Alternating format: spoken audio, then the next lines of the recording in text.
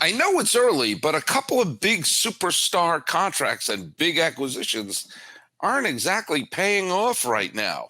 This is Locked On MLB.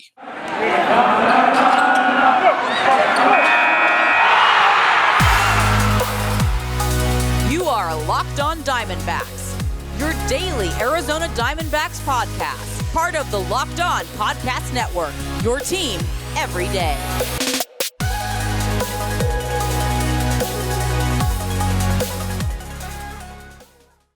Hello, baseball fans, and welcome to Locked On MLB, part of the Locked On Podcast Network, where it's your team every day. This is the daily podcast. We talk about all of Major League Baseball. I am your host, Paul Francis Sullivan. If I wasn't, how could I have this lower third? Or you can call me Sully. I am an Emmy-nominated television producer who has been a baseball podcaster for over a decade now, and this is my fifth season here at the Locked On Podcast Network, where it is your team every day. You can follow us at Locked On MLB Pods on Twitter or on Instagram.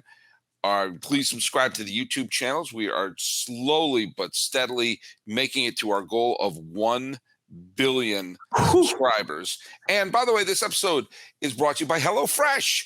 Skip trips to the grocery store and count on HelloFresh to make cooking at home fun, easy, and affordable. And that's why it's America's #1 meal kit. Go to HelloFresh.com/MLB60 and use code MLB60 for 60% off free shipping. And subscribe to us on YouTube. I mentioned that already. Oh, by the way, we're doing a crossover. Guess who's sitting right over there? It's me. Got my quality company man shirt on today. Repping the Lockdown. Yeah, I forgot to wear my swag.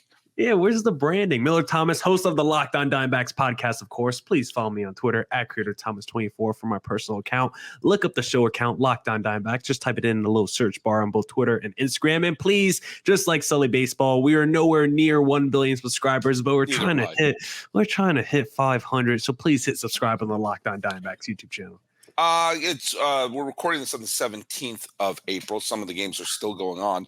The Red Sox game on Patriots Day, of course, starts at 8 in the morning here in California, 11 o'clock. So early. I love it. It's one of those great traditions. I love the individual traditions we have. It's always been that way where the Red Sox play the early game to allow people to also support the marathon. Obviously, we know what happened 10 years ago, the tragedy that happened. And it was, I just remember doing the old Sully Baseball show the day that happened and just being crushed by what the devastation emotionally, which led, of course, to the big Poppy speech in the 2013 World Series. It sometimes that entire season felt like an out-of-body experience as a Red Sox fan. I love cities that have kind of specific traditions like that. I love the roll call at Yankee Stadium.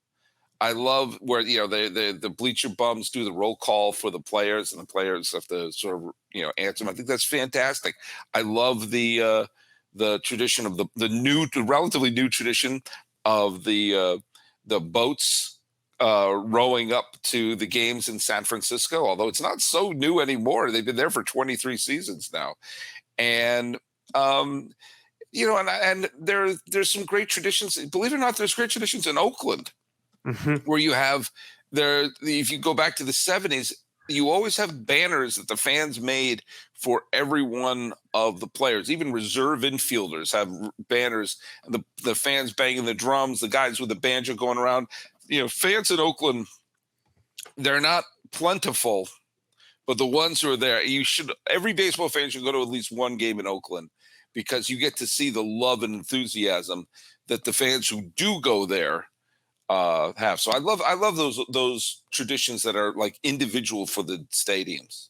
Yeah, and I heard Oakland might be starting a new tradition very soon because I heard they're going to be doing a reverse boycott later this summer where they're actually going to get all the fans to go to the game and boycott the game. It's the most insane thing I ever heard. Reverse boycott where fans are actually going to show up to the stadium and pack the house. We got your ownership. We're packing the stadium and we're buying beers. We're buying hot dogs. Like that. I would love to imagine if they organized for 81 games the reverse boycott and you just see every day Oakland's just filled to the gills. It's like, what are we doing? Maybe we shouldn't move there. But by the way, the game that was played at Fenway Park at the crack of dawn was a bit of a mess. It was played in the rain. There was a delay. The Red Sox were down by 4 before they even came to bat. And the final score was 5-4. The Angels held on, even though the Red Sox rallied in the 9th inning.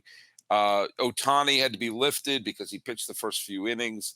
We're going to talk a little bit about the Angels, and because they wound up salvaging one game. The Red Sox won the first 3 games of that series. Mm-hmm. So even though the Sox lost that game, they did win the series 3 games out of 4, which you take any time. I do want to bring up, they lost the game started by Ohtani, which you probably earmarked as probably a loss anyway. I do want to talk a little bit about the Angels and their managerial situation because I have some thoughts that may not please Angel fans. The Rays got a rare butt whipping by the Reds. The Reds. Shocking. TJ Friedel, is that how you pronounce his name? I thought Friedel was one of the kids in The Sound of Music. Got a game-clearing double and 8-1. Boy, the Rays. You know what? The Rays are bad. They should just rebuild Tampa. And was that another game with a rain delay? Just because I'm looking at the box score, both starters only went 3 innings, which is pretty weird. Maybe it's one of those weird situations where you did the reverse starting pitcher thing because the Rays did have Beeks going, but Hunter Green started for the Cincinnati Reds. He only went 3 innings, so I didn't even get a chance to catch this game. So I wonder if it did go into rain delay. But the fact that the Reds of all teams, when you think about what Tampa Bay has done this season, when at one point this year, we're looking at the New York Gothams of the world and saying no team has started a season like this since like 1855. St. Louis Maroons, the St. Louis Maroons. The St. Louis Maroons. And then you look up and it's the Cincinnati Reds of all teams to put the best butt whooping on the Tampa Bay Rays this season. Something you would never expect. And I think if you probably bet on this game on FanDuel before the game started, you probably could have got insane odds on the Reds to win this game. Oh, if only FanDuel was a sponsor of today, we would have just been perfect in there. By the way, let's go. Another Logan Webb signed a contract extension with the San Francisco Giants and rewarded the Giants with a loss. Jorge Soler came up as a pinch hitter in a big 2-run home run. And the Marlins, a team that, remember, I picked the Marlins to be a wild card team, and they're above 500 now. And they've done that despite having some subpar performances by Sandy Alcantara. Mm-hmm. So I'm just saying there's some good things going on there. Let's by the way, the Cubs-A's game is still going on. Shocker, the Cubs are whipping the A's. But what? You are okay. You are the host of Locked On Diamondbacks. That's me. The first place Diamondbacks. Oh, say it again, Sully. Say it again. It's still early, but I've submitted my taxes. We've passed tax day, and the D-backs. And here's the deal, and this is one reason I'm bringing this up. They doubled up St. Louis today, helped by a grand slam by friend of the pod, Pavin Smith. Pavin Smith hit the granny, and they got that win against a good team. Yeah. Or a team that we thought was going to be good. In fact, it was a consensus pick to win the National League Central, and they could very well do that. But they doubled them up, and they needed that because the Cardinals rallied late. I think it was a Tommy Edman home run. Someone else hit a home run for St. Louis.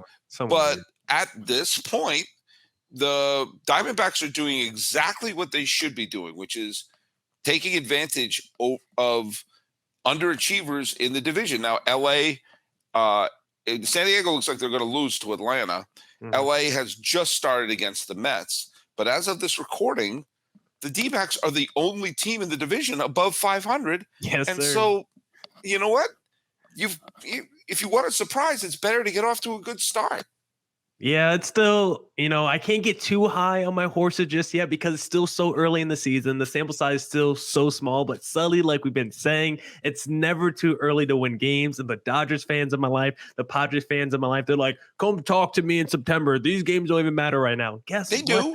They do matter. And in September, guess what? The D-backs don't face those teams again until like August. So the fact that they have the early lead now is so much more impressive. And they did against a Cardinals team who had Jack Flaherty on the mound today, who has been a guy that's been very hurt the last couple of seasons. He was one of the top pitchers back in 2019, and he's been back to looking really good this year. Maybe not that 2019 self, and he was dominant against the D-backs today. Don't look at the box score because the bullpen really let him down when he came out the game. But the D-backs took it to Jack Flaherty. They're going to face Jordan Montgomery tomorrow. But this has just been a kind of weird season for Cardinals fans because, like you said, I think they're now 7-10 on the season or 7-9. They have a below 500 record, and you look at that lineup, like they have a bunch of dudes that are actually performing well, from the Arenados, the Goldschmidts, guys like Jordan Walker had one of the best starts for a rookie ever.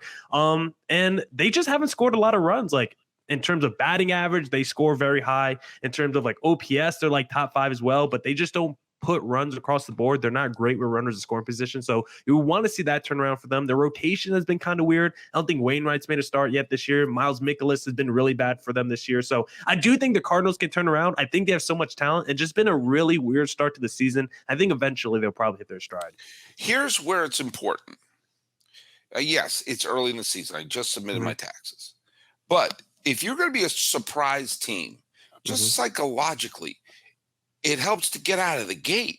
Yeah. To be like, okay, we're going to May and we're not already done.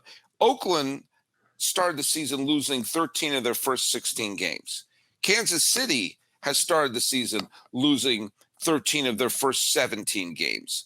What are some other crud teams? The Nats have lost 11 of their first 16 games. Colorado has lost 11 of the first 16 games. When you're those teams where nobody's expecting anything from you and you lay an egg right out of the gate, why bother going to a game?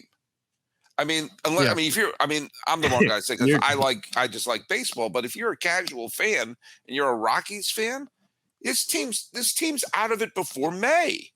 Yeah, and so at least for the Diamondbacks and for Pittsburgh, who's playing, scoring big against Colorado tonight, and like the Diamondbacks, who are taking advantage of slow starts from some of the favorites, Pittsburgh is taking advantage of a slow start from St. Louis. Do I think Pittsburgh is necessarily going to be there at the end? Not really. But if you want to at least build on something or improve something, just psychologically, it helps to get out of the gate. So by the time you turn the calendar page to May, you're like, okay, all right, let's see where we are.